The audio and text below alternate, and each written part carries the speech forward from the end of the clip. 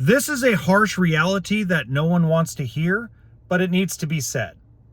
When you do not tip your Uber or Lyft drivers when you take rideshare, when you do not tip or decently tip your food delivery people, your grocery delivery people, you do them and possibly yourself a disservice. Let me explain. First off, the industry of rideshare, grocery delivery, food delivery, we are like waiters and waitresses in the United States. We work for tips. Our profit reality is in the tips. Okay? Now, here's something you don't know. If you're taking an Uber or a Lyft, which is actually pretty expensive, okay? I pay. I'm the first one to say and understand that taking an Uber or a Lyft ride isn't cheap. But if every single person averaged tipping them $1, if they did 300 to 400 rides a week, that pays for their gas. That pays for their electric car charging. That pays for their groceries. An extra $1. Okay, now there's a lot of folks out there, because I drive Uber, right? Now, if you don't know my story, I have been live streaming my life 24 hours a day, 7 days a week for the last 17 days so far, and I'm planning on doing it for a full year. So until November 17th, 2025. I practically am homeless. If you don't know my story, I'm trying to pay off debt. I've got a whole backstory to this, but my point is that there are people who tip me $10, $5, $3, but only about 8 to 10% of people actually leave a tip for their Uber driver or their Lyft driver. Okay.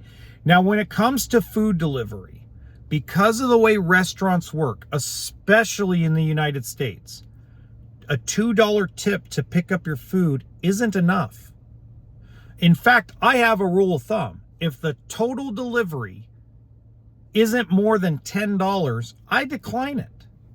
Because by the time I go sit in the restaurant, try to bug somebody to get the food right, which I can't even verify the food's right anymore because they all staple them and close them all together. By the time I do that, by the time I find your place, by the time I take the picture to drop the bag off or drop the food off and leave, $3 and $4 isn't even close to even federal minimum wage. So I don't do a food delivery or a grocery delivery for anything less than $10. And I'm not the only one. I'm just the only one that'll say something about it, right? So here's the thing. If you're going to take an Uber to work and an Uber home and you don't normally tip, from here on out, give the Uber or Lyft driver $1. It's not an insult.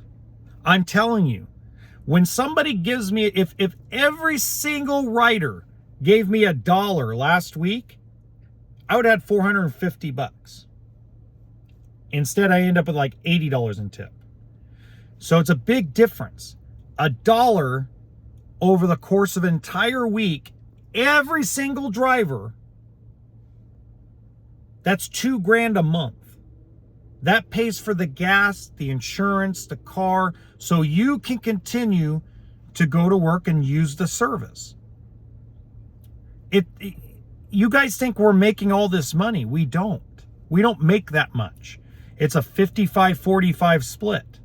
And in some cases, we make a little bit more. In some cases, we make a little less. But if I knew personally that I was guaranteed that I was going to get $1 extra tip from every ride I do this week, next week, and in the future, I would never decline a ride. Ever. But because of the fact we know that 92% of you don't tip, we get a lot more selective. That's why it gets harder and harder to get an Uber ride. So hopefully that was helpful to you. Until next time, have a good night. And I'm on the come up, baby.